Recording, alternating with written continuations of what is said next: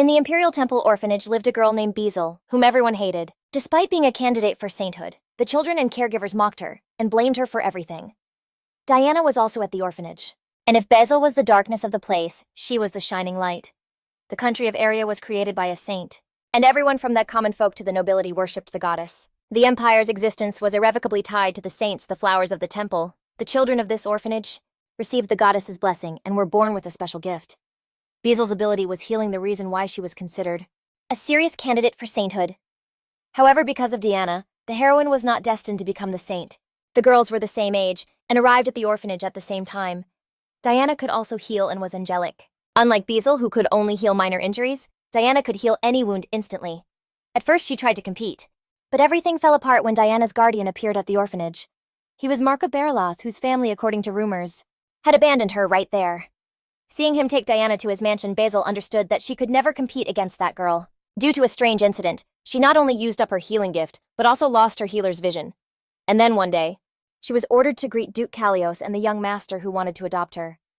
She was sure they would be disappointed and return her without a second thought. Suddenly, the young Duke Edwin Kalios with black hair and golden eyes stepped forward. In that instant, the protagonist forgot everything and was completely captivated by his beauty. And so she became part of the Duke's family.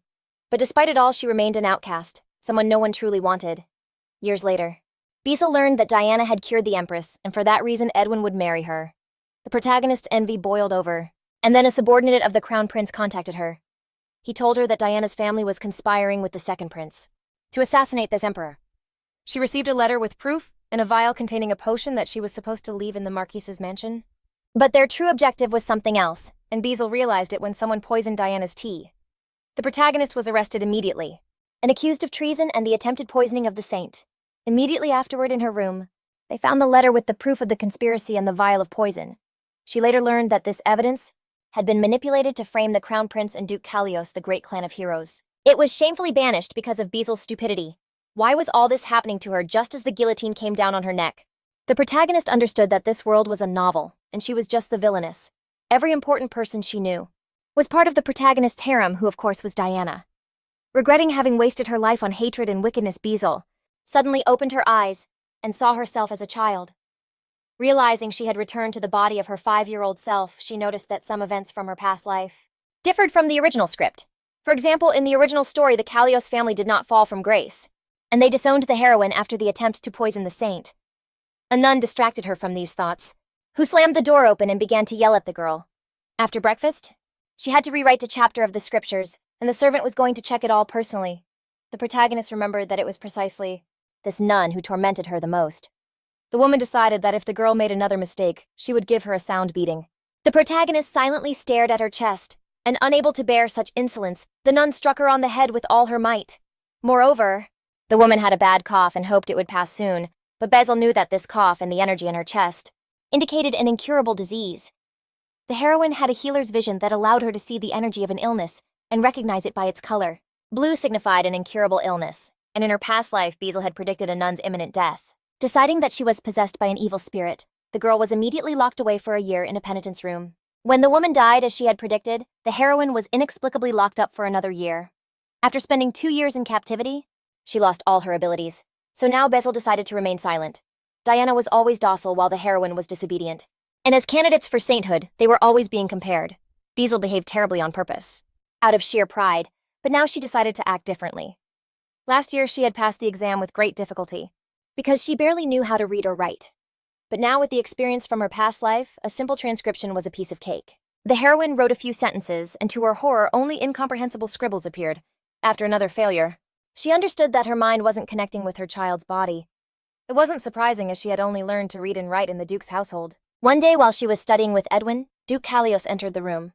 The young heroine instantly thought she should show her manuscripts to the father. Having put in so much effort pushing herself with difficulty, she offered the sheet to his lordship with trembling hands. Normally, Bezel was abrasive out of insecurity, but they supported her and always calmed her down. With patience and acceptance, she opened her heart and began to see them as her family. Upon reviewing her work, the Duke ruled that she only needed practice and perseverance. Wanting to return the favor, the heroine behaved like a model child. For an entire week, she overcame all her fears and was even able to eat all the food in the cafeteria, the taste of which made her stomach churn. Suddenly, a nun ran up to her in the hallway holding a beautiful dress the kind they use to receive important guests. Hearing the order to change Basil didn't understand why it had to be right now. This is very suspicious. The first time she met Duke Kalios, she was 7 years old right after completely losing her gift. But now she was only 5. No one should be visiting her, right? What is happening? No matter how many times I relive this, the heroine's actions shouldn't change the course of the novel. But as soon as she saw the guests who had come to see her, the girl couldn't help but burst into tears instantly. Since that day, the duchy burned to the ground. She hadn't forgotten for a single second the faces of those who died because of her recklessness. She never imagined she would meet them again so soon. What a cruel fate. The heroine wanted to make a good impression on the Duke and his son, but tears treacherously streamed from her eyes. Hiding her emotions as best she could, she greeted his lordship respectfully. The Duke was impressed by the young lady's impeccable manners. Looking at him, Basil didn't understand how she had never before noticed the warmth with which he looked at her. This man. Closing her eyes and bowing her head to keep from crying, she also greeted the young lord. Suddenly, he approached her, determined to know if she had anything more to say. Basil was already at her breaking point from everything that was happening, and hearing those words, she couldn't hold back any longer and broke down crying. The Duke blamed his son for her tears, but the protagonist knew she was the only one to blame. Her current body was unable to keep up with the emotions hidden inside her. Meanwhile, the high priest apologized for the girl, thinking she had just been very startled. The Kalios family was a relentless cradle of invincible warriors, strangers to blood and tears. But the heroine wasn't crying because of that, and considered those rumors to be nothing but lies, for she knew how kind they truly were. The Duke wanted to take her with him for an important matter, but the head of the church believed Basil was completely useless. But his lordship saw this girl as their last hope, since the child they had sent before was of no help at all. Upon hearing this, the heroine understood it was about treating the Duke's second son. This problem had plunged the Kalios estate into a deep sorrow for a long time. After receiving a significant sum of money, the temple had sent Diana to them. But not even she could cure the Duke's second son. There are still 2 years until his death, but could they already know that Diana's powers were useless? It seemed as if the Duke and Edwin also knew about the events of her past life. However, that was impossible, because then they would also remember how the Kalios family was destroyed. Upon learning the heroine's name, his lordship thought that one of his sons was her spitting image, to the astonishment of the high priest. The girl knew exactly who they were talking about. She had run into Joshua last year, but it was such a brief encounter that she had almost forgotten. Seeing her chance, the heroine wanted to know if Diana had truly been unable to cure him. Basil couldn't be certain, but she would give that her all if given the chance to try. Edwin considered her stupid. They came to ask her for a favor, and she requested permission.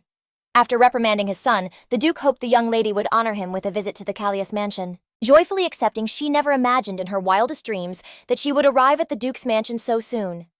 Suddenly, the leader of the church wanted to have a word with Basil in private before she left. Edwin objected, but the old man only wanted to give her a brief piece of advice as the one responsible for her. The Duke called to his son, thinking the girl needed time to prepare. Then the young hero made it clear that if anything happened, she could run to them. The joy of rejoining the Duke's family almost made her forget about High Priest ΔΟΝ KY, who viewed the boy as insolent. The old man wanted the heroine to act normally. The leader always demanded that the sick not be fully cured, so they would have to return to the temple and pay. If Basil fails to cure Joshua, the temple will have to return a portion of the Duke's large donation, but if she succeeds, she will prove that Diana's abilities aren't that great. It is more convenient for the church to return the donation to the Duke and place the blame on the heroine. Basil is only useful as a cheap replacement for Diana. It's easier to use her and then punish her. She wouldn't let them treat her that way and asked, what would happen if she managed to cure the young master? Enraged by such audacity, ΔΟΝ KY thought perhaps she wanted a trip to the discipline room. Like Ismail, he too was a healer, and was summoned to the temple a year ago, but he returned just a few days ago, having lost his abilities and even his voice. The old man decided that since Basil was raised as a candidate for sainthood, she must behave diligently, and in doing so the goddess would bless her even more. Those false hopes, which she had heard so many times in her past life, were like poison. As much as ΔΟΝ KY's hypocrisy irritated her, the heroine decided to play along for now, knowing he would soon pay for his actions. After that, she hurried toward the Duke and Edwin, who were already waiting for her in the carriage. At the exit, Edwin waited, wanting to know if the old man had said anything strange to her. In the past, the young hero had disliked the people of the temple, yet he still got engaged to Diana when she became a saint. Feeling a slight annoyance, the heroine pretended the leader had simply given her a farewell for her trip.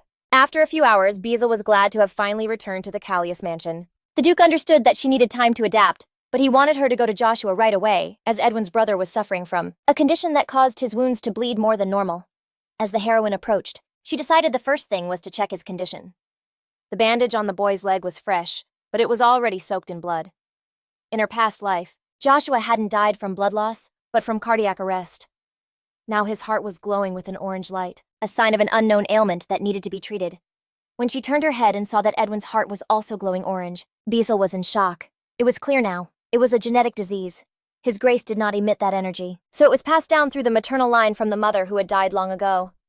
It was a good thing the heroine discovered it now. Edwin would be easy to cure, but she had to hurry with Joshua. Seeing her extend her hands toward his heart, the Duke was perplexed. At that instant, Dr. Gordon and Lady Gaston returned, with healing herbs for the young master. The doctor was horrified to see a young girl with her hand on Joshua's chest. Even knowing she was a girl from the temple, he couldn't allow her to touch the hero like that. His wounds were elsewhere. The lady also didn't understand why his grace had brought that girl. Her abilities were 10 times worse than Diana's. Gaston was the late Duchess's personal maid and was currently serving as Joshua's nurse. Ordering the lady to be silent, the Duke stated that he considered Basil an important guest, whom he himself had invited to the mansion. Forcing her to apologize, he turned to Gordon, stating that he had decided to trust her. The doctor tried to object, but Edwin immediately silenced him. Siding with his father, the young hero didn't understand.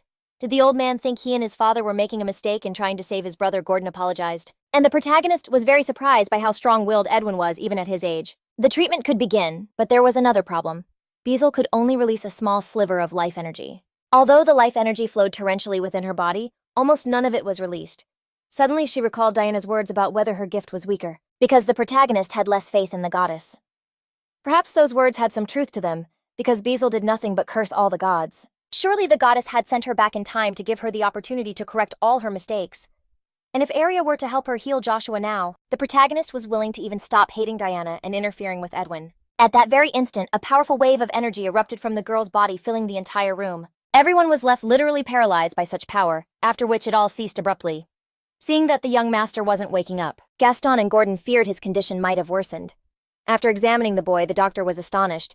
His wounds were suddenly starting to heal. Joshua sat up in bed as if awakening from a long slumber, rubbing his eyes wearily. He asked why everyone was gathered there.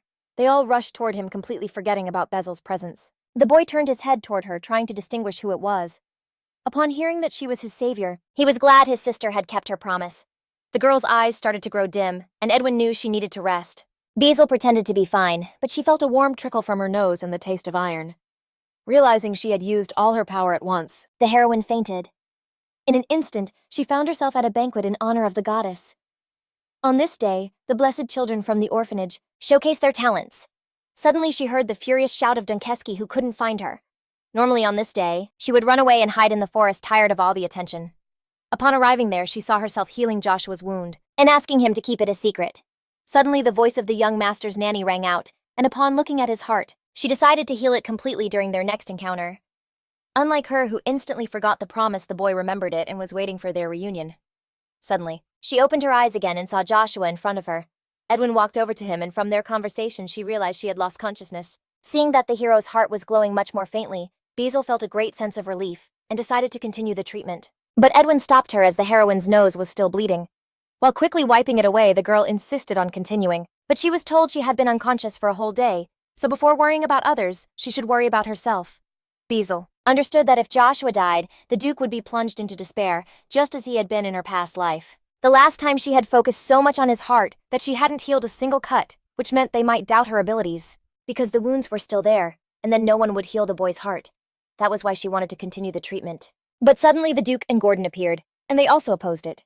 His Grace recalled his son's story, about how a sister had healed his scraped knee in the forest, but the boy had never provided details before. Now it was clear why the Duke's family had taken Basil in after Joshua's death in her past life. Someone had realized that a hereditary disease had been the cause of his death, and then they remembered the boy's story about her, and had gone to find her. And now His Grace was hoping the heroine could completely heal his son, to which she gladly agreed.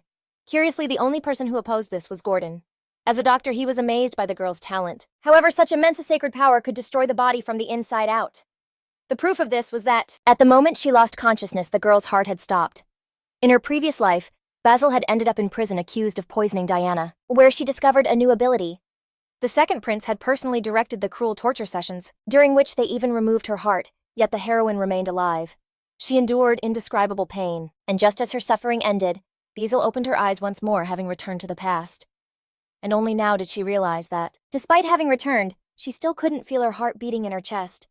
If she truly didn't have a heart, then it meant she was alive only thanks to the goddess's blessing. The doctor concluded that so much energy at such a young age could have caused cardiac arrest. In that case, completely healing the young master could cost Basil her life. yet she felt completely healthy, despite her heart having been left behind in another timeline. The state of Joshua's heart, however, was impossible to determine without a thorough examination. And Gordon is unaware of the cause of his illness, which is why the heroine cried out that she was ready to continue the healing, getting into an argument with the old man after hearing them both out. The Duke decided that if she continued the treatment and was in danger, they would provide her with everything necessary. Seeing the fire of determination in her eyes, he ordered Gordon to prepare all the necessary medicines. Basil decided it was better to use the Relius herb, which left the doctor dumbfounded as it is extremely expensive. However, he had no choice. And the heroine, meanwhile, also decided to check on Edwin's condition. The young master saw no need for it, as he undergoes medical examinations every year. The doctor was intrigued by the girl's idea to test Edwin and wanted to know why. She was healing the heart and not Joshua's wounds. It was an opportunity, and if Gordon figured it all out, the treatment would go much faster. Forgetting she was only 5 years old, the protagonist began to explain the illness, using complex medical terms. Realizing her mistake, she hurried to pretend she had read it in a book. Edwin was in shock to see that she could already read. The doctor already thought the cause could be in the heart, but clearly the support from medication was not enough. He hoped the young heart would recover on its own, but the problem was that the disease affected the heart itself. This type of ailment is passed down through heredity, and that's why Basil also wanted to examine Edwin. Gordon also concluded that the genetic disease was hereditary through the late Duchess's line. Now he had no excuses, and personally admitted the protagonist's abilities. The Duke knew the doctor was doing his best, and now with the source clear, the treatment would proceed quickly. The discussion ended, and soon a carriage from the temple arrived for Basil. The church sent a nun, as she had spent the day at the Duke's mansion without returning to the orphanage. Now all she had to do was return, but she hoped to see his lordship's family soon. Running towards her, Edwin wanted her to stop calling him young master and call him by his name. Hearing this and seeing his smile, the protagonist was completely in shock. In the carriage, thinking about the changes, she wondered if they would ever meet again. Sometime later, the Duke and his sons finally decided on the girl's guardianship. Joshua improved considerably, while Diana couldn't do anything for him. The Duke's advisor, Logan, did not agree, because that lady had prevented several severe attacks. Edwin was intrigued as to how he would then explain the lack of a lasting effect from her ability. The young master knew that Logan was responsible for the budget for offerings to the temple, and he came up with very good excuses. The healing power only worked on those with the will to live, and when Diana's gift stopped affecting Joshua, everything became clear. The temple then simply sentenced him to death. Taking the blame for all of his brother's injuries, Edwin locked himself in his room and didn't come out for several days. When he finally emerged, his gaze was completely different, as if the boy had matured in an instant. As the head of the family, the Duke was pleased with this change, but as his father, he was very worried. Logan believed that another crisis could occur at any moment, and now they could only call that girl from the temple from time to time. However, his lordship understood that this would involve making donations each time and decided it was more cost-effective to adopt her. Gordon was very interested in his words and sent a telegram to the late Duchess's homeland. It turns out that in her family, there were indeed deaths with symptoms similar to Joshua's. The advisor couldn't believe his ears, nor that it hadn't occurred to him to write to them. The doctor believed that by combining medicine and Basil's power, they could cure the young master, but her piercing adult-like gaze and her great power seemed suspicious to him. He was hesitant about the adoption. Luck was not on his side, as the Duke already adored that little treasure who looked like a bunny. Hearing those words from his lordship, Logan shuddered. Edwin, on the other hand, liked her eyes. After returning, the protagonist presented herself before the high priest, who demanded a report. He was furious. The Duke even sent a request to have her brought to his family. Furthermore, since Diana's treatment was ineffective, the duchy demanded a detailed accounting of the expenses. Grabbing her by the shoulders, Đ徵KY remembered how he ordered her to act as usual. Basil pretended to use only a little power, so they would believe it, but the boy's wounds healed in an instant, burning with violet flames. The leader was furious because she had ruined everything by healing that scum. The protagonist didn't understand. Did he really want Joshua to die from the very beginning? Considering that nonsense, Δ徵 KY decided she had already proven her obsession with evil spirits. Therefore, he ordered her to be thrown into the room of obedience to be purified. At the same time, the leader's face changed drastically, becoming like that of a demon. The room of obedience was deep within the temple, and was intended to strip the abilities from children who did not please Δ徵 KY. Being there again, the protagonist decided that this time she would not let them take her power away. When they brought her food, she refused to eat, thinking there might be sleeping agents in the food. If the duchy had already sent an official letter to the temple, surely they wouldn't abandon her in this place. Suddenly, she heard a sound similar to an ancient language that Diana had studied in her past life. Immediately after, a magic circle on the floor lit up, and a red energy emerged in the air. This entire room was built to drain the prisoner's magical power. Basil believed she had lost her healing ability, but it seems it was snatched from her. Her mind began to cloud over, and the girl thought in horror that this was the end. Upon opening her eyes again, she saw an adult Edwin who had come to rescue her. The adult heroine thought it wasn't worth him risking himself like this for her. After running out of the temple and sheltering Bezel in the forest, the hero went after their pursuers. The heroine sincerely hoped that at least Edwin would believe in her innocence. Then, the boy handed her a vial with a heart that belonged to her.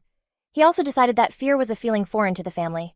Callias the Duke had prepared the adoption papers, so Bezel was family and shouldn't be afraid. After saying this, he took her hand and ran, but the soldiers caught up to them. He pushed her aside and counterattacked, finishing off one of their pursuers with his sword, but the enemy's sword pierced his chest. Edwin shuddered and fell to the ground. Trying to save him, Bezel ignored the approaching soldiers. It was useless. Wiping away her tears, the hero felt helpless watching them fall, ignoring the warriors' shouts. She heard the instant Edwin's heart stopped beating. In that second, an explosion of energy surged through her, striking down the enemies. Hearing the soldiers' screams, she begged for the hero not to abandon her. Suddenly, the heroine woke up in the arms of the Duke, who had taken her out of the room of obedience just at that moment. The temple servants led by Đứng KÝ entered. What was all this commotion? Bezel felt the sinister aura still emanating from him, and was thankful that her power was still intact. His Excellency found this place thanks to a small pouch with medicine that belonged to the heroine. While she was being dragged here, the pouch fell from her pocket, and while looking for the girl, the Duke saw it and sensed something was wrong. Glaring furiously at Δөнг KY, he decided the leader had better hurry with the explanations. The old man let out a nervous laugh and explained that this place was used to exorcise evil spirits. The head of the church believed the heroine was possessed, but His Excellency did not understand how they could be so cruel to children. Deciding that an evil spirit had possessed Δөнг KY, the hero began to unsheath his sword. At that moment, Pope Monto II descended to them, who also wanted to clarify what was happening. He had come to congratulate the high priest, whose candidate for saintess had healed the Duke's son. Instead, he saw the Duke trying to stab the priest in a room that shouldn't exist in the orphanage.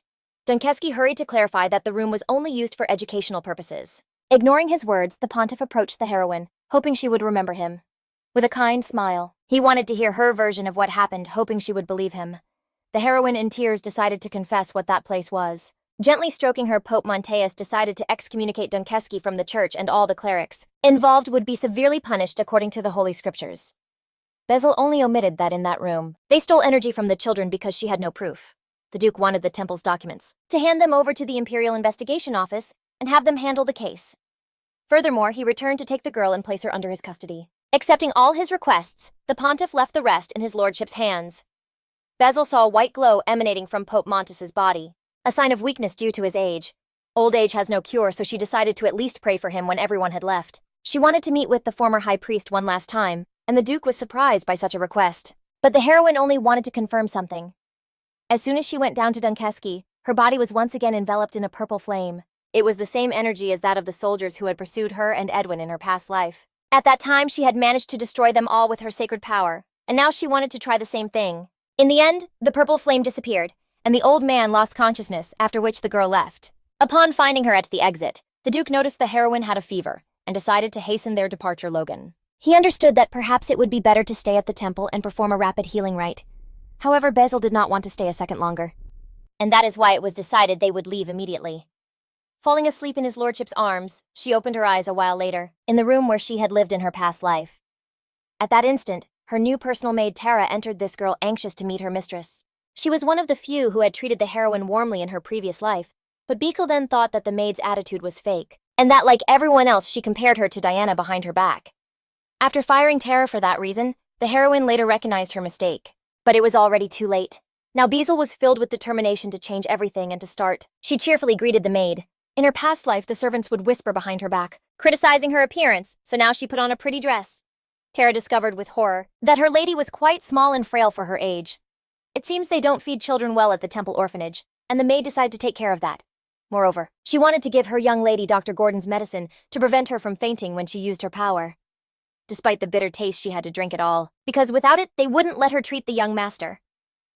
Suddenly, Lady Gaston entered and glared furiously at Tara, not understanding what they were doing there. Looking at the heroine, she thought that under other circumstances, they wouldn't even let her set foot inside. The maid wanted to defend her lady, but Bezel decided that Gaston was right. Everyone in the house respected that woman, and she could not be dealt with lightly. That's why, to change her attitude toward her, the heroine decided to prove she could help Joshua. Upon arriving at the young man's room, the heroine was glad that his heart hadn't worsened. Gordon noticed the girl looked healthier and was pleased to hear it was thanks to his medicines. Joshua hated taking medicine, but if today's treatment was successful, he wouldn't have to anymore. Last time, Beekle managed to suppress the main source of the illness, and now all that remained was to eliminate the secondary symptoms. To prevent the illness from taking deeper root, she had to act carefully, although the boy would feel some pain. As she began the treatment with her power, she had practically freed him completely from the ailment. Unable to bear Joshua's painful groans, Gaston roughly pushed the heroine at the most critical moment. Gordon was shocked and furious by such a shameless interruption of the treatment. However, the madam decided that the treatment could not be painful. Getting up calmly, the first thing Beezle did was ask about the boy's condition, upon hearing that his wound was itching. Gaston worried it might open up. When they removed the bandage, they saw the cut had disappeared completely, leaving only a red mark. The protagonist knew the treatment had to continue, and to do so, she needed to concentrate more on the sacred energy. Upon hearing that Joshua could have been seriously injured because of her, the woman turned pale with horror. Therefore, the protagonist hoped that the lady would not interrupt her again during the process of healing. Gaston was infuriated by such audacity, but the boy supported his sister and started to scold the nanny. With teeth clenched in rage and lowering her gaze guiltily, Gaston offered her apologies to Bessel. However, the protagonist was not offended, understanding that the woman was simply very worried about Joshua. That's why, after promising to heal him without fail, Bexel was counting on her trust to succeed. To help, the doctor gave her a preparation that would soothe the pain and enhance the effects of the previous medicines. The protagonist was fascinated by Gordon's skill, of which he was very proud. Suddenly, Edwin burst in to see his brother and find out how he was. The girl unintentionally called him young master, and the hero reminded her of their agreement. Upon hearing that, Joshua also wanted a closer and more relaxed relationship. He immediately started bragging to his brother that his wounds had healed thanks to Bessel's power. Looking at Lady Gaston, the protagonist was extremely surprised by the look of disgust she gave Edwin. The woman decided it was time for the young master to go to his sword training. To lighten the mood, the doctor proposed that everyone leave the room so Joshua could rest, but the young hero wanted the girl to stay and play with him. While walking down the hall with Edwin, Gordon was glad that he made time for his brother despite being busy. Remembering that the doctor had made a new medicine for Bessel, the young master wanted him to take good care of her. The old doctor's expert eye instantly detected that the boy had feelings for the young lady. A blushing Edwin ignored those words as nonsense and walked away quickly. But Gordon wanted to know if he should inform the Duke that Gaston's attitude toward the young master had worsened greatly since the Duchess's death. That woman suffered enormously and ended up becoming attached to Joshua, who greatly resembled his mother. Edwin could understand her anger toward him since it was his fault Joshua had been injured and would be bedridden for a long time. Meanwhile, adorned with various jewels, the young hero began to show off before his little sister. When he suggested they play, the protagonist didn't expect they would be using the family jewels, as he placed a sapphire ring on her finger. Joshua clarified that all those valuable items had belonged to his mother. Noticing the ring was too big for her, Beezle decided to hang it around her neck with a ribbon from her dress. The young hero was delighted and hugged the girl tightly. Watching them from the doorway, Gaston was shocked by what she saw. After hours of playing, they heard a knock on the door, and the head maid and Tara entered. It was time to stop, and the boy didn't want Beezle to leave, but she calmed him down. Quickly putting the jewels back in the jewelry box, she noticed Lady Gaston had calmed down a bit. She didn't even understand why her relationship with Edwin was so tense. The protagonist decided to ask Tara about it on the way to her room. Apparently, it all started with the children's last outing where Joshua was injured and his condition worsened significantly. Upon learning this, Peckle understood that in her past life, he had died and Gaston had hated Edwin forever.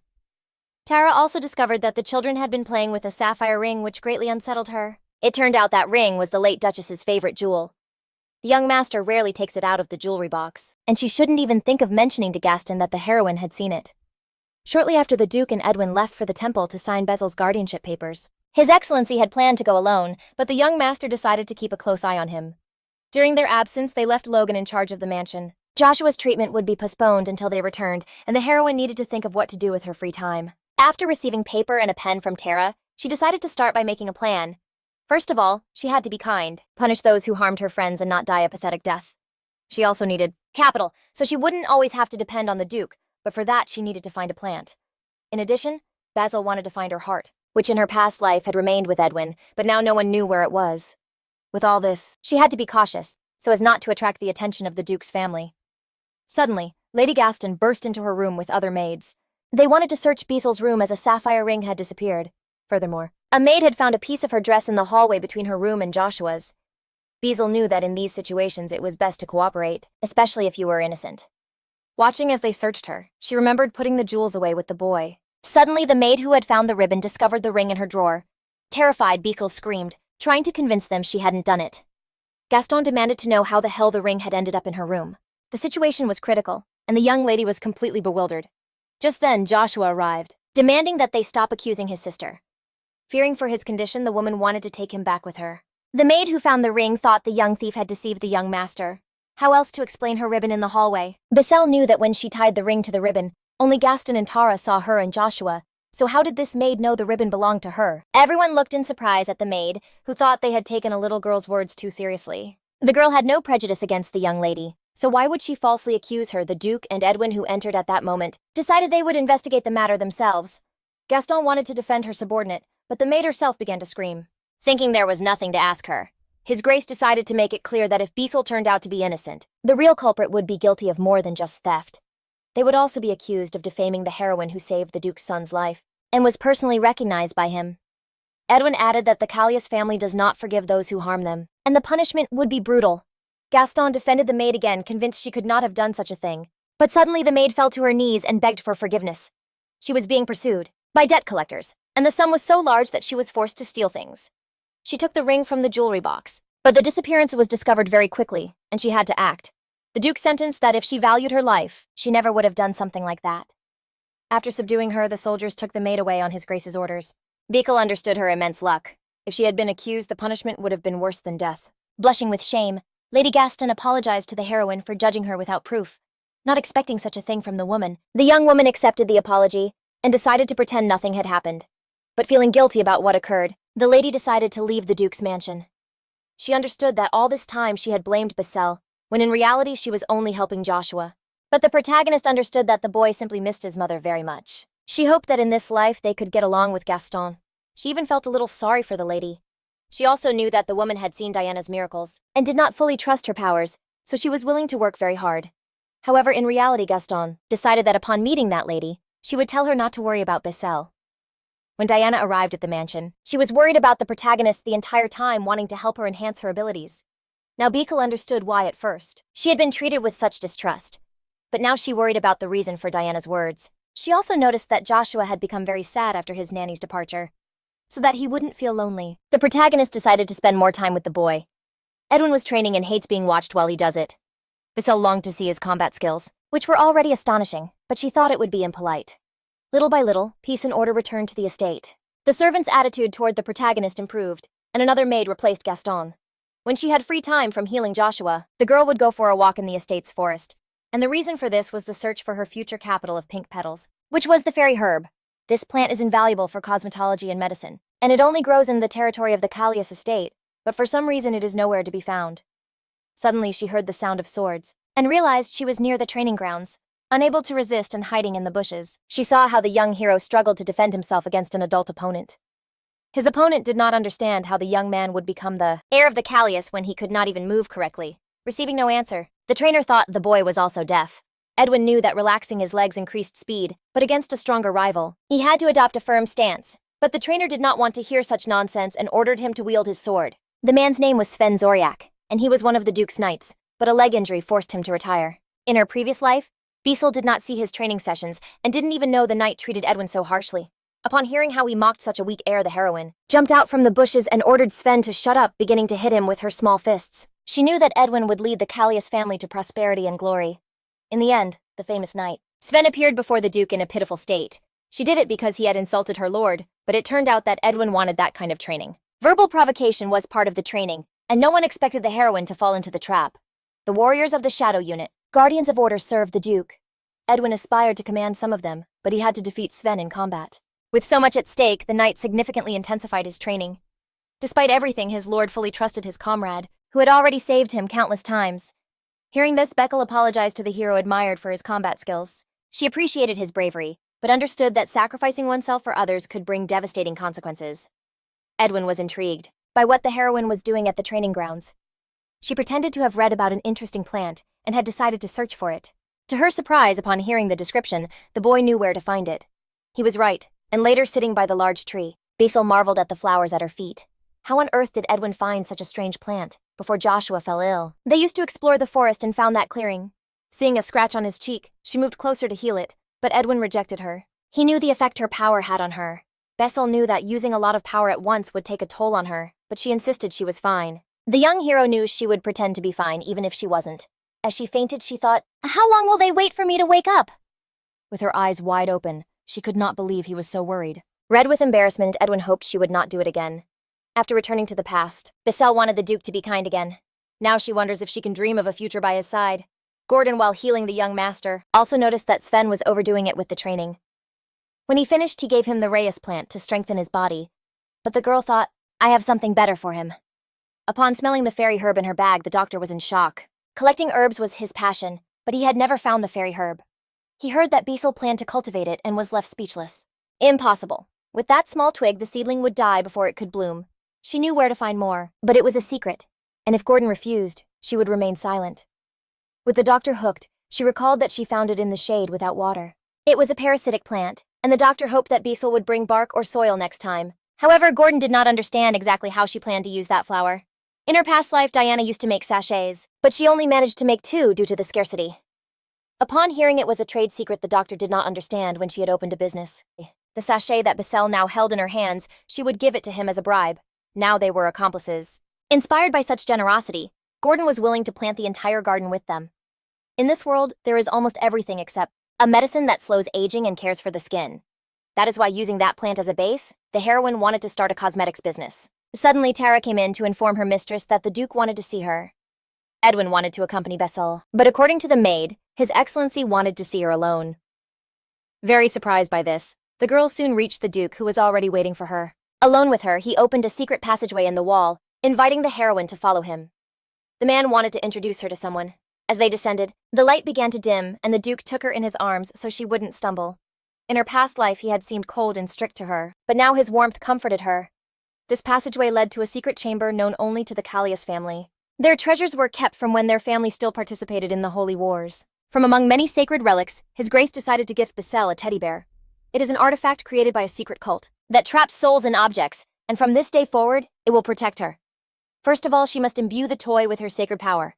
Then, the little bear will not only be her guardian, but also a symbol of the Callias family's protection. The girl carefully placed her hand on it, and suddenly, the toy began to siphon her energy. She feared she would faint again, but the Duke was there ready to support her. Once the guardian was activated, the most important part remained, giving it a name. Taken by surprise, Beetle struggled terribly to improvise something clever. As soon as the name Mihailo left her lips, the bear shot into the air. After a somersault and a perfect landing, Mihailo joyfully greeted his mistress. From that day on, the Duke showered her with gifts. Pretending they were Callias protection symbols, Beetle opted to go for a walk so as not to disturb the servants sorting gifts. Joshua was training hard to strengthen his heart, and Gordon was busy with the plants, so the only option was to spend time with Edwin, who is currently on the training grounds with Sven. So as not to go empty-handed, the heroine decided to help a servant bring food to the young master. She had thought several times that the training sessions between those two seemed like the strong abusing the weak. Upon entering the training grounds, she saw the knight with his back to her attacking the boy fiercely. Worst of all, this time they were fighting with real swords, not wooden ones. Edwin was horrified to see Beetle arrive because when Sven gets into a frenzy, he lashes out at everyone. The knight noticed that his opponent was looking away and began to look around, so the young hero was left with no other choice. Edwin decided to ask if Sven regretted saving his father. This topic was the most painful one for the knight, and now at least he would focus only on him. Sven, with a heavy sigh, was surprised by his opponent's audacity. Seeing the knight shift his weight to the left, the boy knew he would attack and prepared himself. To everyone's horror, Sven turned and lunged directly at the heroine. Approaching the girl, who was paralyzed with fear, he raised his sword to strike her. In that instant, the blade flew from his hand and landed far away. With one hand on his sword, and the other protecting Beetle, the Duke stood in shock. Trembling with fear, the knight backed down, claiming he didn't want to hurt the young lady. Not believing the knight's words, his lordship considered such an act very reckless. Looking at Sven's ailing leg, he understood that his body was no longer what it used to be. The knight became enraged, and at that moment, the heroine saw a purple flame emerge from his leg. Sven laughed, declaring that the Duke had ruined his life, and was now giving him handouts in the form of a brat. Unsheathing his knife, he was ready for what he had been planning for so long. Calmly parrying the attacks, his lordship decided to give the knight one last chance. Jumping aside, Sven wanted his master to feel the same pain he felt. A few moments later, Beetle no longer sensed the knight's sinister energy. While the servants removed the body, the Duke apologized to the children for what they had seen. Before leaving, Edwin decided to give his father the note he had found in Sven's room.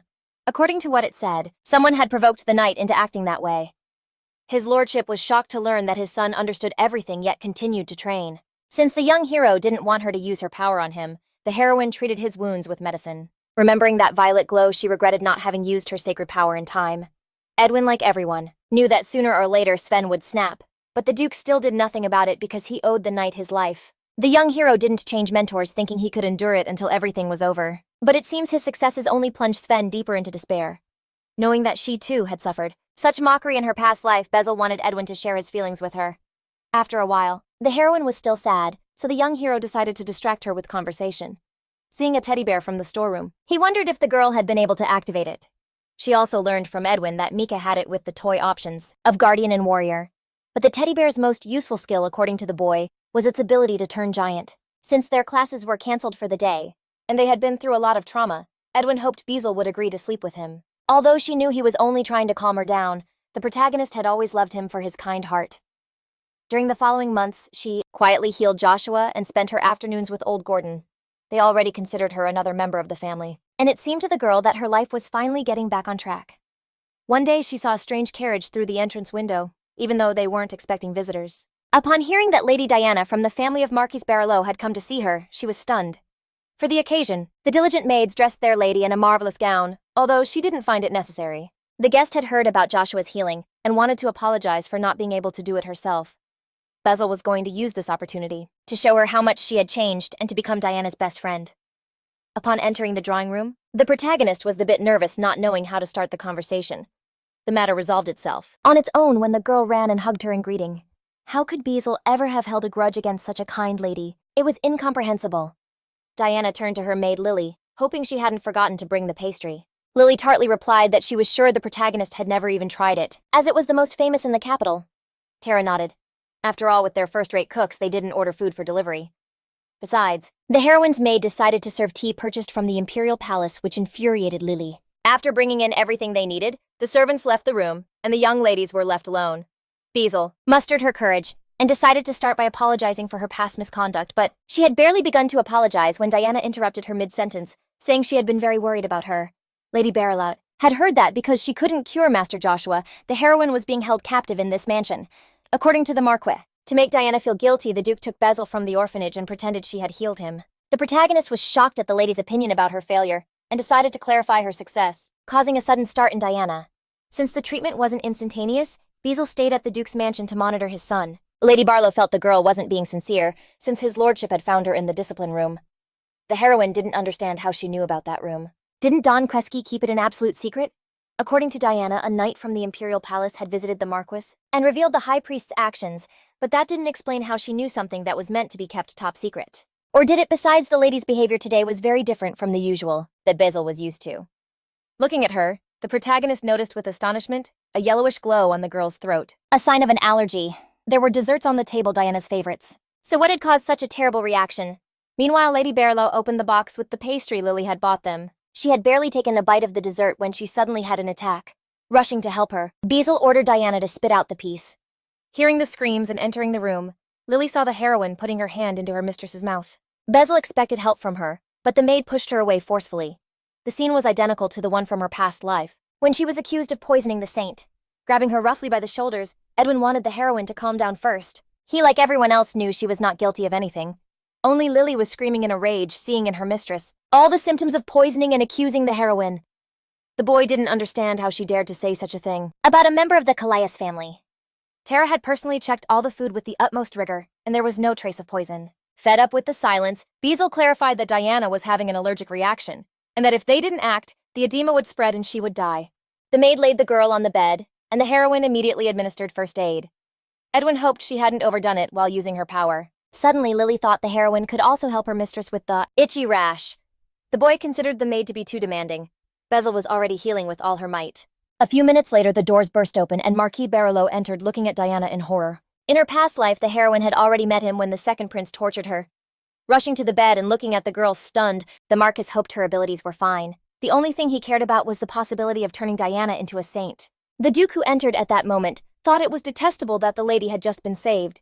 Yet the Marquis was only interested in her power. After examining the girl, Gordon concluded that Bezel had masterfully administered first aid, and her life was not in danger. The Marquis decided that since the heroine was to blame for this incident, she must take responsibility for Diana's treatment. The reason for his suspicion toward Beckel was that Lady Barilot's allergic reaction had begun after having tea in this house. Deciding to turn a blind eye to such an accusation for the time being, his lordship decided that the Marquis should change the girl's maid. The man knew that the cause of the poisoning was surely the apricots. so how could Lily have known of their presence in the sweets? However, Gordon knew for certain that on his estate they never use apricots for cooking. Joshua is allergic to them and therefore they never serve dishes with these fruits. Then Beazle decided to clarify that these apricots were in a cake that the maid had bought at a coffee shop. Lily turned pale with fear, and the Marquise realized that again she had forgotten his prohibition and began to shout at her furiously. Suddenly, Diana blamed herself, thinking she only wanted to share a sweet with Beazle. She suddenly lied, saying that the protagonist loved sweets so much that she would take them from other children at the orphanage. The Marquis and Lily thought the protagonist gorged herself on the cake and forcefully shoved the rest into the young lady's mouth. But in reality, Beazle was trying to get a piece of cake out of her mouth, and Tara and Edwin saw everything. The Marquis considered it absurd, but the Duke, gesturing for silence, always forgave her rudeness because Diana was the protagonist's friend. Now they have gone too far, and His Excellency will not inquire as to why the young lady lied. In the future, neither the Marquis nor his family must set foot on this estate, and right now they must all leave. Before leaving, Diana hoped they would allow her to heal Bezel, whom she had unintentionally hit while saving her.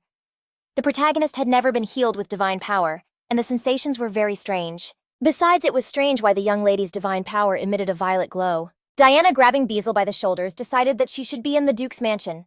Afterward, as if nothing had happened, she turned and followed the Marquis. They planned to show the conceited heroine who deserved to be the saint. Suddenly, the young lady approached Bezel and apologized for everything she had said. She was sad because she couldn't heal Joshua and envied the heroine's power a little, so she hoped for her forgiveness. Bezel, taking her hands with a smile, wanted to be her friend and develop their gifts together. After Diana's departure, the Marquise's family acknowledged their mistakes and sent a letter of apology to the Duke. After this, the heroine spent 2 whole days bedridden. Time passed, and some things didn't add up, like the violet glow of Diana's power. It can't be that this color means evil, if the young woman will not only be the saint, but also the protagonist of this story. If there is someone truly suspicious, it's the Marquis, who is unhealthily obsessed with Diana's power. He pressures her to compete with Bezel. He has been planning to eliminate the Duke's family for a while, but it's still impossible to predict his actions. Soon it will be the festival in honor of the goddess's birth, where they will meet again. Unfortunately, members of the royal family will attend the celebration. There is no escape. This time the heroine will not get in the way. She will just be a girl adopted by the Duke and will repay his kindness. Suddenly, Gordon entered her room, bringing news that he had successfully planted the first sprouts of fairy grass. At first, the heroine was very excited, but upon seeing some wilted sprouts coming out of the ground, she was suddenly discouraged, deciding they just needed time. The doctor still wondered what the girl planned to do with those herbs. First, he told her that from that amount of herb, they would get approximately 2 bottles of first press oil. Upon hearing her idea for carrying it out, Gordon considered it brilliant, but the advertising had to be clever, and the goddess's festival was perfect. Suddenly, the doctor remembered that the Marquis and Diana would be at the party, and it would be decided who would be the saint. He decided to use the opportunity to make Bezel the saint and kick those arrogant people's butts, even though the heroine didn't want to be the first. Gordon thought they had to win that race. After that, the research on the herbs began to gain momentum. It helped that in her past life, Bezel was the CEO of a cosmetics company, so she combined her past experience with the herbs of this world. All the cosmetics were tested on Tara, who was delighted with the results. Now all that was left was to register the patent at the Merchants Guild, but the butler refused, flatly, to let her go out unaccompanied. The protagonist hurried to remind him that she had a teddy bear. The servant shook his head skeptically, and then Mihailo snatched the bell from her hands. Glaring furiously at his trophy, he was ready to eliminate anyone who threatened Bezel. The butler decided that such a guardian would do. Afterward, the protagonist and Tara headed to the Merchants Guild, located on the main street. Upon entering, they didn't understand why there were so many people around. Besides, a very suspicious-looking boy was sitting alone at a table. Soon it was Bezel's turn, and she had to indicate on the application the name of her guardian. The Duke wouldn't work because then he would find out about everything instantly. Upon writing Gordon's name, she also received an invitation to the Imperial contest with a prize of 500 gold coins. Suddenly, the protagonist felt the piercing gaze of that suspicious boy on her. She didn't want to fight with a child, but she also couldn't allow anyone to snatch away her money for the business. Therefore, with her whole demeanor, Bezel showed that the contest prize would be hers. The stranger was very bewildered and didn't understand anything that was happening. At that moment, someone accidentally pulled off his hood, but the boy quickly put it back on. However, the protagonist managed to see the reddish hair that was a distinctive feature of the Imperial family. The purer the blood, the brighter the color, and this boy had bright red hair and emerald eyes. That's why the second prince was always ashamed of his brown hair and dark green eyes. And this stranger in the hood was obviously the crown prince of the Empire, Caesar Esterad. In the novel, the young heir undertook a secret journey and was attacked by assassins sent by the Empress. He managed to survive, but was seriously injured, and his assistant had to secretly contact the Berlot family to have them send Diana. Remembering those events, Bezel ran to help him. In the past, This attack was the beginning of the Crown Prince's tragedy, and the heroine's mistake was the final blow. Therefore, Bezel now wanted to atone for her guilt. Running toward the alley, she saw a mercenary with a bloody sword, approaching the already injured boy. The Crown Prince used the imperial contest to find a trustworthy advisor. Everyone in the palace was under the Empress's power, which meant no one there could be trusted. Therefore, he needed someone outside of her influence. And as one of the contest organizers, he was watching the participants, so everything was kept in strict secrecy. And Caesar couldn't understand where exactly the information leak was coming from. With a quick movement, he pierced an attacker's chest with his sword, but there were too many enemies, and one crept up from behind. After being stabbed in the abdomen, the young Crown Prince prepared to die. At that instant, he saw a teddy bear that sent the mercenary flying with a single blow. Turning to the other fighters, it wanted to know who would be the first to play with it. Bezel, meanwhile, sincerely hoped His Highness was all right. Suddenly, Caesar decided he didn't need anyone's help. He stood up on his own, and the heroine thought he was out of danger. Besides, he had already called his servants, and the bear was taking care of the mercenaries so they could leave. But suddenly, the Crown Prince staggered and fell to the ground. Then Bezel saw a deep wound in his abdomen and was horrified. In the original novel, he wasn't supposed to die now, but the course of the story had already changed, so the heroine hesitated. She activated the mode of the giant bear and handed the boy to it to be taken to a safe place. Before that, she also provided first aid. After that, Bezel returned safe and sound to Tara. The maid was frantic about the young lady's disappearance and was just about to notify the Duke. As she got into the carriage, the heroine sincerely hoped the Crown Prince would be all right. For several days, she read the newspaper, and fortunately, the course of events in this world did not change. Meanwhile, the second day of the festival arrived, and Tara prepared a dress for the young mistress, but Bezel decided to go in rags from the orphanage, also wearing on her wrist the bracelet the Duke had given her. It was a tracking artifact that she always had to wear. In the past, the heroine had arrived at the party in a luxurious dress, thanks to his lordship's patronage, but it turned out to be too flashy, and Bezel heard a lot of criticism directed at her. Only one boy gave a coherent explanation, that it was strange to see beautiful dresses on an outcast. At that moment, the heroine's healing abilities worsened with each passing year after the last confinement in the penance room. She realized her powers had simply been stolen. Now the Duke wanted her to attend a joint breakfast before going to the temple. Upon arriving at the dining room, she saw that everyone had already gathered. When the food was served, Edwin immediately cut everything, especially for Joshua. In her past life, this house looked completely different due to the death of the Duke's youngest son. Seeing the changes from the past filled Bezel with confidence. Suddenly, his lordship noticed the heroine's perfect manners. Did she learn that in the orphanage? In reality, she learned all of that in her own home. At the orphanage, they only used wooden spoons. Bezel didn't even know what the other utensils were for, so during their first dinner together, she was dying of embarrassment. But the Duke explained everything to her very kindly and simply. The heroine wondered what holiday they were celebrating by all dining together. It turns out the entire dinner was in her honor. The child who gets the most service talents is chosen as a saint. The nobles exchange gold coins for talents and buy crafts from the orphanage children or their skills. Bezel was determined to win and hoped the Duke would allow her to continue using the fairy herb. Edwin at that moment didn't understand why she didn't want to use her abilities and dedicate herself to healing. But the protagonist decided that even with her abilities, she couldn't compete with Diana. Therefore, she offered her apologies to them for having disappointed them. The Duke looked at her furiously and decided to find out who she had heard that from. Joshua hurried to remind her that she was a good healer, that she had even been able to heal him. The Duke's son also decided that she could do whatever she wanted, as he would always be on her side. Despite the limit of 100 talents per family, his lordship had already exchanged a lot of gold to help Bezel win. What surprised the protagonist the most was that they were going to attend the service days at the temple. In the original story, the Duke was a workaholic and didn't attend those events, and Edwin was almost never at the mansion. After eating, Bezel headed to the temple to prepare her booth. Gordon had to act as a porter and help set everything up. He didn't understand why the girl didn't hurry to visit her former teachers. The doctor was sure that everyone treated her with affection. She's an adorable girl. At that moment, Director Lauren approached and decided to tell a little about the heroine. When Bezel's abilities first manifested, Lauren began to take great care of her. The attention the director paid her was incredibly important to the heroine, but as soon as Diana appeared, Lauren focused completely on her, and at the same time began to despise Bezel, which gave her an inferiority complex, and now she openly mocked the heroine's appearance. Just then, 2 more nuns approached and looked at the girl mockingly. The women recalled that the protagonist had managed to heal the Duke's son after Diana had. They felt sorry for the Duke's doctor. Surely this girl took credit for all his achievements. The old man couldn't take it anymore and decided to vouch for the heroine's gift of healing personally. Upon learning that he was His Excellency's personal physician, the women were horrified.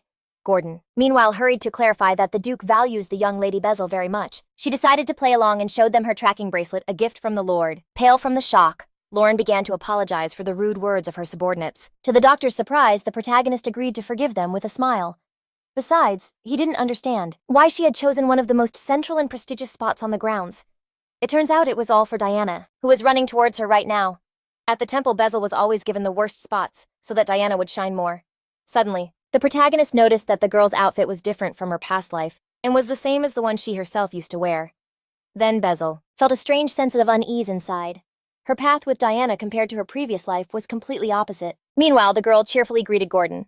She was genuinely surprised that the Duke's personal physician was helping the protagonist. The Marquise's maid looked at Gordon with suspicion, thinking that he was healing the sick instead of Bezel. The doctor was shocked and furious at such a misunderstanding. Diana hurried to clarify that if someone else were to heal in the protagonist's place, it would be a violation of the rules. The protagonist knew that those words in that situation sounded as if she were already breaking the rules. If it were just about her, she wouldn't mind.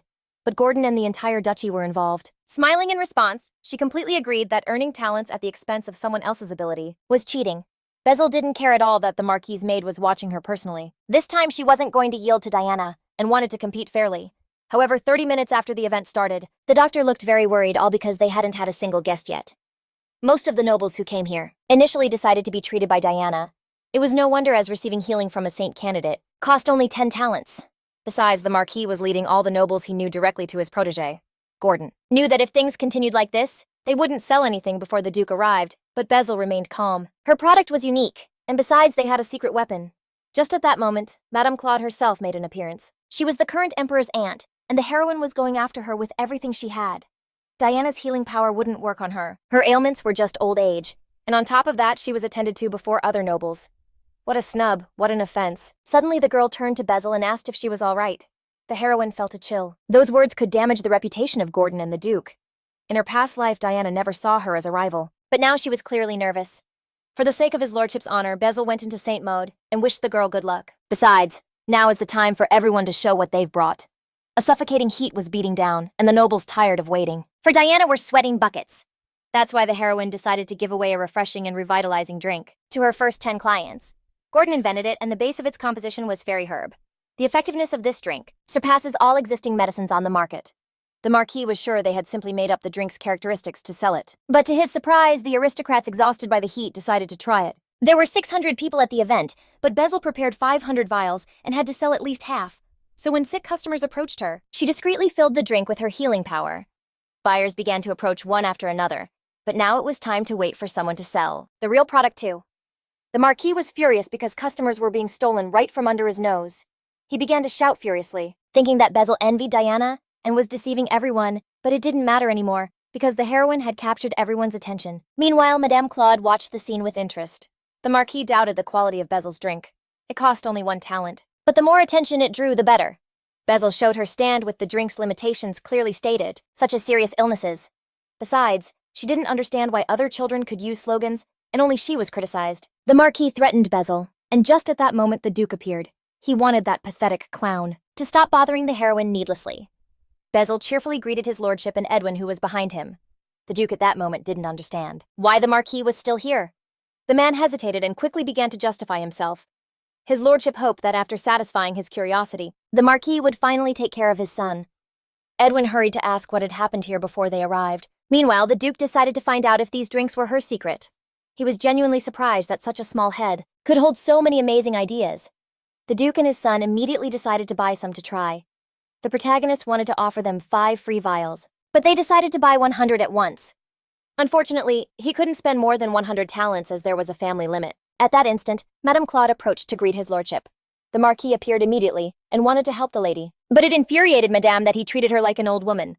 Besides, Diana hadn't helped her at all. The woman was also surprised by the Duke's appearance, as she had heard that he didn't attend these events because of his son's illness. His lordship was quick to clarify that Joshua was already almost recovered thanks to the heroine's help. Madame was glad to finally meet another candidate. She found it sweet that Bezel was selling an energy drink instead of her skills. She immediately bought a bottle and drank it on the spot. Without waiting for a reaction, the heroine prepared to demonstrate her secret weapon. She took out a box containing only 10 bottles, and before the astonished gazes of the Duke and the Lady Becel, clarified that she had prepared it for special clients. The base of this facial spray was fairy herb, a very rare and effective plant for whitening skin and smoothing wrinkles. Without hesitation, she handed the first bottle to the lady. In the end, the lady agreed to try the product, but she would have to wait at least 1 hour for it to take effect. Upon learning that this spray cost 50 talents, the woman was in shock. To surpass Diana, Beazle needed to earn more than 500 talents. Therefore, she made a deal with the lady. Payment would be made after seeing the effect in 1 hour. If it didn't work, the heroine would pay her the full price, which greatly impressed the woman. Later, Edwin was very bewildered by the look on Gordon's face, who was also in shock at the price of the spray. Moreover, while Bestel was away, he and the Duke sold 50 more bottles. It turned out they had already earned 200 talents just from selling the drink. The protagonist began to thank Edwin with all her heart, who thought he hadn't done anything special. The Duke, it seemed, had stepped aside to speak with important people. Beazle didn't understand. Shouldn't the young hero be present as well? But Edwin wanted to stay close to the protagonist, and he nodded to the side. Looking over, Bestel saw the Marquis, who was leaning against the wall and glaring at her. A moment later, a nun unexpectedly approached them, for she had received a message about an infraction at their stall. A participant is only allowed to have 1 assistant per day, but the young lord was helping the protagonist along with the doctor. All he did was help move a few boxes a couple of times. The only one who could have seen this and complained was the Marquis. Despite not being a priest, he had great influence in the temple, and she didn't want any trouble. Most importantly, the young hero had defended her from the harassment. Beazle was very grateful to him, and decided that she and Gordon would take care of things from then on. He planned to return to her as soon as the event ended. Once Edwin left, the nun decided it was time to pay the fine. Upon hearing the sum of 50 talents, the doctor and the heroine were shocked. The children typically earn only a couple of talents, so the fine was surely meant to intimidate her. There was no other option. If this drew attention, people would think her merchandise was of poor quality. Madame Claude, outraged by the fine, handed 50 talents to the nun. The woman had become so rejuvenated that many didn't even recognize her at first. She would have liked to buy all of Bessel's products herself, but instead she brought her acquaintances. In the end, they not only sold all 10 of the sprays, but only 180 bottles of the anti-fatigue drink remained. According to the protagonist's rough calculations, they had already earned more than 700 talents. Bessel was thrilled with the successful promotion of her product, but she needed to verify something else in the sacred scriptures. Due to the event, all the orphanage staff was busy so she could slip by unnoticed. Thus, the protagonist reached the temple library without any trouble. The first 5 volumes of the sacred scriptures contain the doctrine of the goddess, and from the 6th volume on there is a description of each era. Such a volume was only available in the library. Bezel hoped to find information about her regression in it, and her missing heart. Archaea was the first saint to reverse time by giving her heart to the goddess. By learning why she did it and what happened afterward, the heroine hoped to solve the mystery of her heart.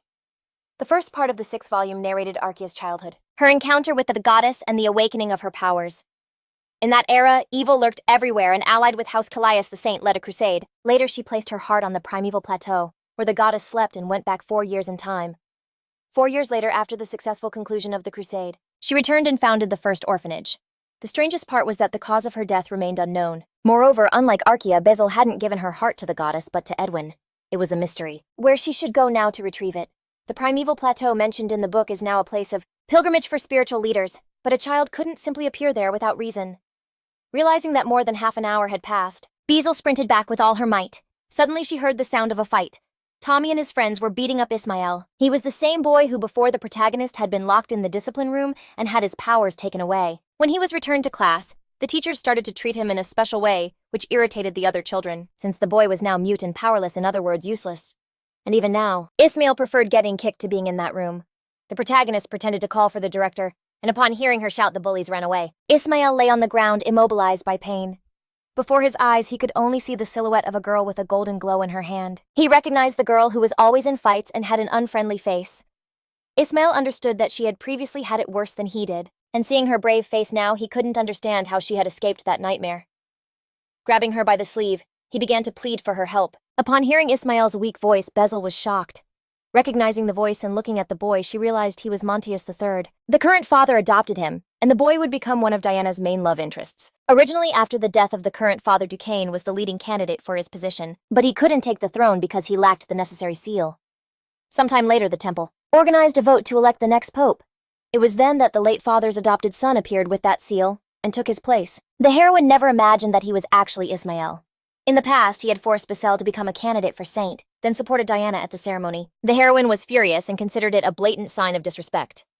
Monteus looked at her with skepticism. What had she done as a candidate for sainthood? While Bestel made excuses about a lack of opportunities, Diana was healing the sick and fighting monsters in the north. At the time, it hadn't seemed unfair, but now the heroine understood that Monteus had simply made the best choice. That's why now she only wanted to help this boy from the orphanage. Beezle had never healed so many injuries and was nervous, but everything turned out well. Suddenly, Ismail regained consciousness and looked at his savior in surprise. At that instant, they heard the announcement for the children to turn in their earned talents. The protagonist wanted to rush over, but the boy clung to the hem of her dress. He wanted to thank her, and she feigned surprise at hearing his voice. It turned out he had been pretending to be mute, to escape the obedience room. Ismail also knew that she had always wanted to surpass Diana and was willing to help her become a saint. After a while, Beezle arrived just in time for the talent count, all thanks to the Duke who had carried her in his arms. It turned out that while she was away, a hooded man bought 100 more bottles of the drink. A secret customer left a note for the heroine, thanking her for her treatment. Before Beezle's eyes, Caesar Starrod, whom she had recently met, appeared. Moreover, today was the day Diana was meant to meet the second prince, but the heroine healed the crown prince, and it seems he will be here in his brother's place. Meanwhile, the pontiff solemnly greeted all those gathered. The priest prepared to use the cup that automatically counts the talents earned by the children. As expected, Diana surpassed everyone, earning 770 talents. However, Beezle surpassed her, managing to obtain 952 talents. Amidst the general silence, the winner was invited to the stage. The Marquis instantly leapt from his seat, deeming this absurd. He declared that his protégé had been blatantly robbed of 100 talents. The man looked stunned and didn't seem to be lying. One of the nuns hurried to calm him down and suggested these matters should be discussed after the event. But the pontiff was already very serious and intended to get to the bottom of it. Gathering his aides, he began to meticulously review the ledgers. After reading that Beezle was the only one who had received 100 talents twice, he turned to face her. The first buyer was Duke Callios, and the second was listed as anonymous. The protagonist suspected that it was likely the crown prince, but considered it too dangerous to reveal. Seeing her hesitate to answer, the Marquis began to accuse Beezle of theft. The people around him supported his claim and began to pity the Duke, his excellency, exploded in fury, and remembered how the Marquis shamelessly stole clients from the heroine, and now he dares to accuse a little girl of stealing 100 talents right under his nose. The man flushed with anger and didn't understand how the Duke dared to insult the victims. The pontiff severely reprimanded them both, saying they couldn't fight in a sacred place and in front of children. After apologizing to Beezle, he now wanted to hear her side of the story. Suddenly, a voice echoed through the crowd. It was the crown prince who decided to reveal himself. He didn't want to wait in the long line to see Diana, so he opted to buy a drink from Beezle. Caesar didn't want to reveal himself before the end of the ceremony, but now he had no other choice. At that instant, one of the Pope's assistants noticed something very strange in Beezle's account book. The other children's fines did not exceed 10 talents, but the heroine was fined 50 all at once. The ceremony ended, and the pontiff withdrew with those involved to investigate. The Pope noticed that the difference between the fines and the money collected was more than 100 talents. Desperate, the nun accused the Marquis, who had given her 100 talents, to fine Beezle. The man was shocked by such a lie, as he had not given more than 50. The woman was sentenced, and the imperial court decided to deal with the Marquis. The man had not fulfilled his duty as a noble, and must assume responsibility. After this scandal, the award ceremony was held with His Highness and the Pope. Once on stage, Beezle thanked everyone who helped her, and promised to continue producing. Finally, she thanked her best customers, among them the Duke and Madame Claude. Edwin prepared to hear his name, but Beezle ignored him and expressed her immense gratitude to the crown prince. Afterwards, the protagonist was overjoyed with the first money she had ever earned. She understood that all of this was only possible thanks to the help of His Highness and the others. Unlike everyone else, Edwin didn't seem to share in the general joy and wanted to go home soon. The Duke had to leave for a banquet and leave the protagonists behind. When he left, Diana unexpectedly approached Beezle. She thought that if she had charged a high price for her healing, perhaps she would have become a saint. The protagonist saw no reason to be upset, as life always offers new opportunities. When Beezle restarted her life, she decided to amend her mistakes and restore her relationship with the girl. But ever since Diana hurt her loved ones, the protagonist had started to get serious. Suddenly, Beezle saw Ismail watching them silently from a distance. Abandoning Diana, the heroine immediately ran towards him. She understood that the Marquis's strange behavior was the boy's doing. The man had given 100 talents to the nun, and he didn't even remember it. Besides, Ismail was clearly trying to do something to her as well at that moment. He didn't understand why his ability didn't work on her, and now Beezle wanted to know why he even tried to use his power on her. It turned out he could control people with words. The boy wanted to make a deal with the Duke and force the Marquis to make Diana the saint, and for him to become the Pope. He had no guarantee the heroine would be on his side, so he decided to use her, but in the end his power didn't work, and Beezle had already won. In reality, she knew that in the future he would become a great priest. The protagonist decided to help him find happiness sooner than in the original story. At that moment, Edwin approached and wanted to know what they were doing there. Grabbing Beezle and pulling her close, he forbade the stranger from touching her. The protagonist hurried to clarify that Ismail hadn't done anything to her, but her words were of no use, and both boys looked very hostile. Then Beezle realized words were useless, so she suddenly hugged the Duke's son and ran off. Later, Edwin decided to ask if that boy was really her friend. He didn't understand why she had befriended such a useless guy. Those words sounded strange, as the Duke's son and Ismail were supposed to have met for the first time today, so they didn't know each other. Besides, Edwin looked tense and angry the entire time. Unable to bear it any longer, the protagonist apologized to him. The Duke's son was surprised and didn't understand what she had done wrong. He was sure that she hadn't done anything wrong and shouldn't have to apologize. Edwin also didn't understand why the Crown Prince addressed her so informally as if they were friends. Upon hearing they had just met today, he wanted to know why Basil mentioned His Highness in her speech. Now, the protagonist knew the real reason for the boy's mood and was perplexed.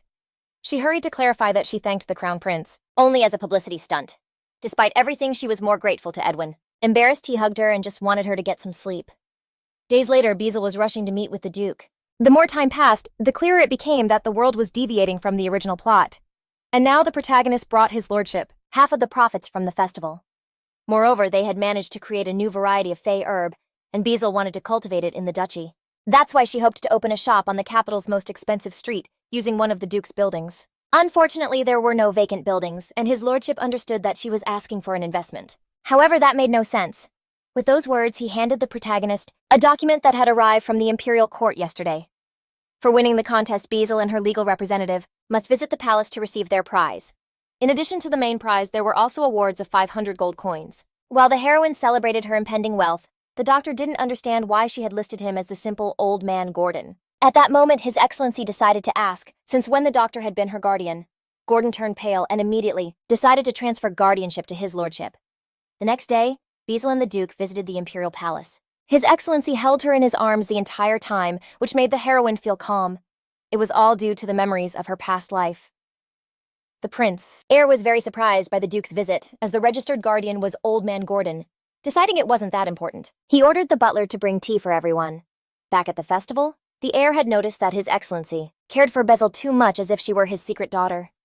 The Duke thought that was almost true, and he never hid his affection. Seeing that things were escalating, the heroine started gesturing like crazy. Then, the Crown Prince wanted to know how her stuffed friend was doing. The Duke was stunned.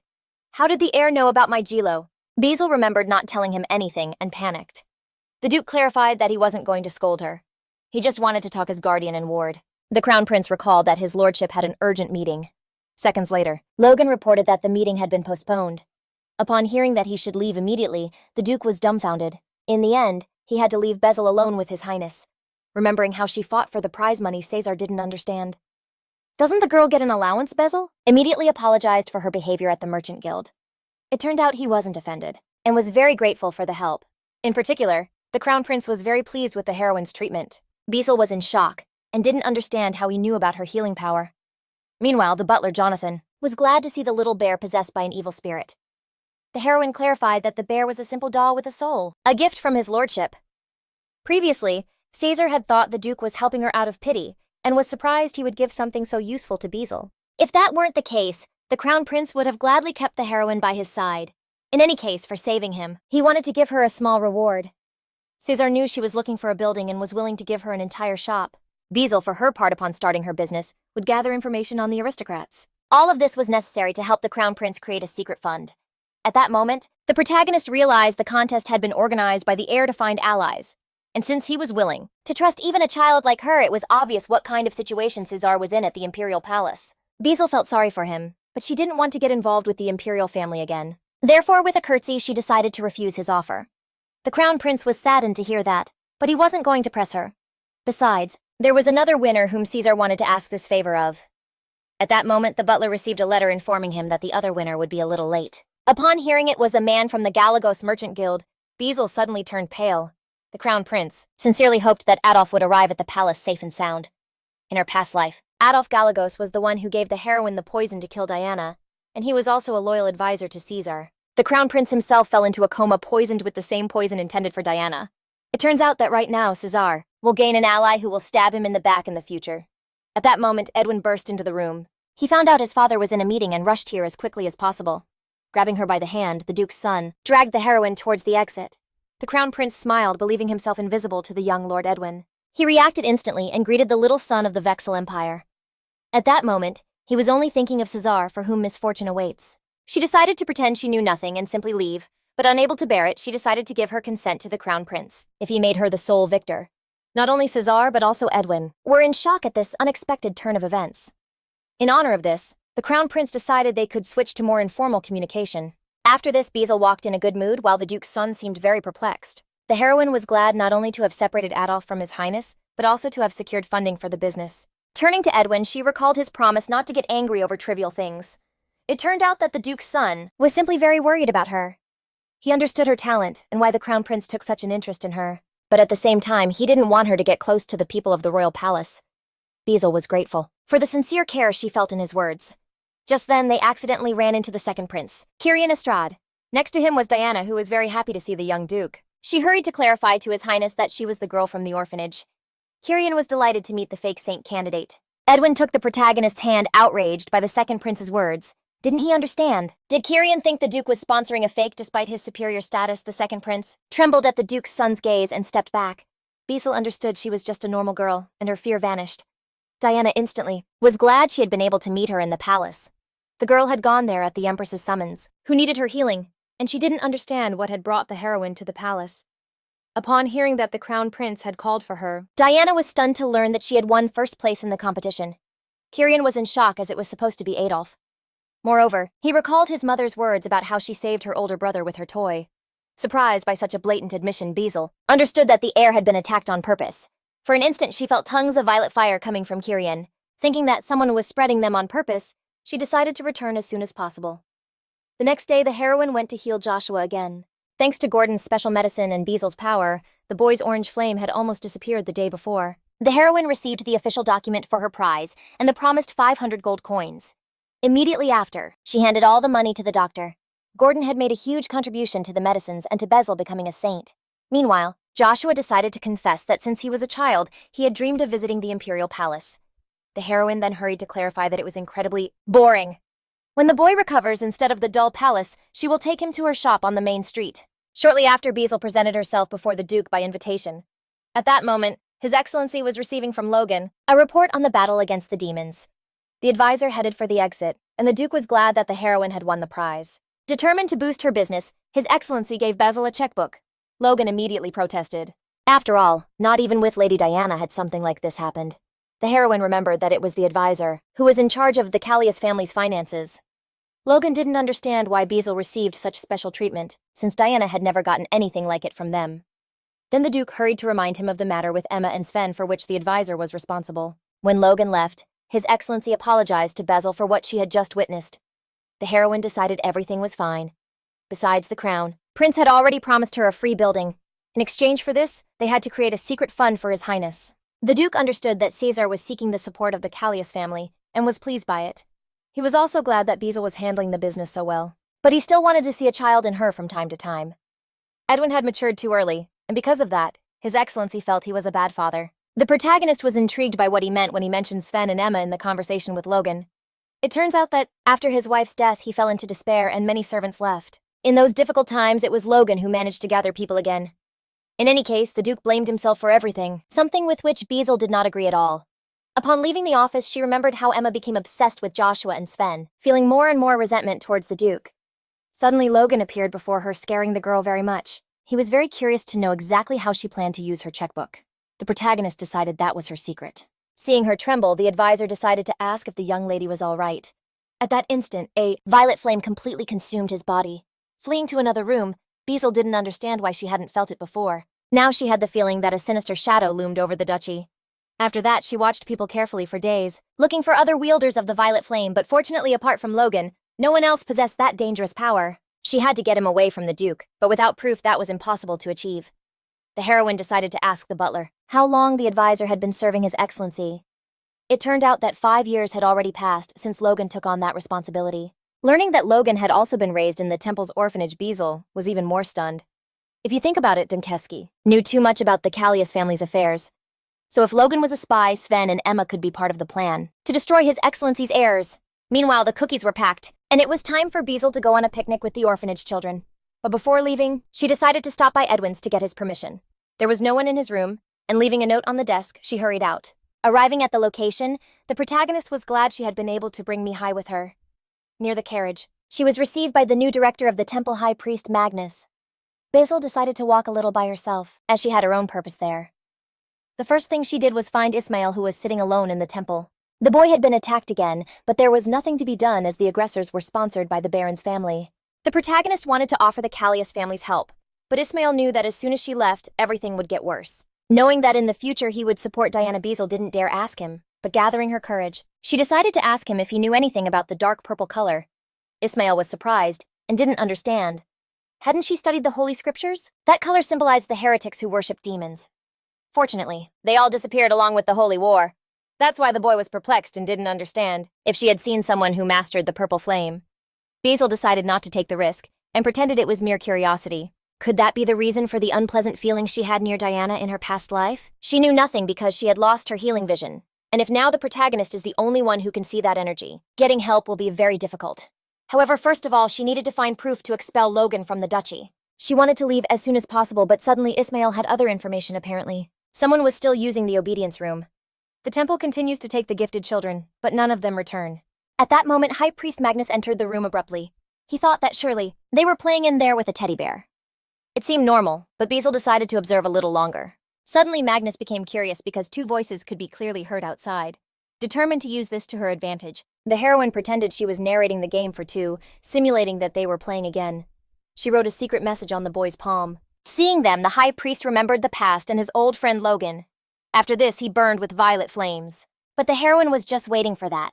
She quickly turned to Ismail and ordered him to act immediately. Grabbing him by the head, the boy thought the director was now obeying him. Luckily, it worked, and Magnus started to look like a zombie. The effect would last for 1 hour, and in the meantime, Beazle wanted to send a letter to Logan from Magnus asking him to come.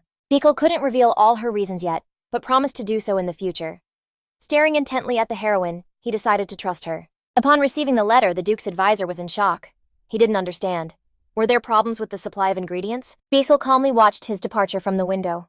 Now there was less than 1 hour left to find proof that Logan was an heir.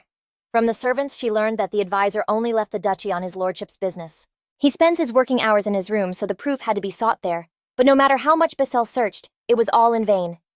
Suddenly, she saw a painting on the wall that depicted the Holy War of Aria. Upon moving the painting aside, the heroine found a hiding spot with jars full of disgusting creatures. Suddenly, she heard the sound of a door opening. Logan entered the room at that moment and didn't understand what the hell was going on. Magnus was surprisingly calm, and Ismail sat by his side. The director thought that this way their meeting would seem less suspicious.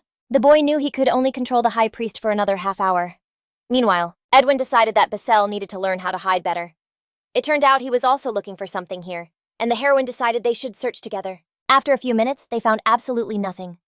Beazle tiredly looked at the painting and suddenly noticed something strange. The demons in it were smiling, and the goddess's spear was broken. Noticing there were 2 layers of paper, Edwin abruptly tore off the top one. Inside, there was an ancient language and inscriptions that insulted the believers of Aria, and below the inscription, that called to worship the true goddess, hung a portrait of Diana.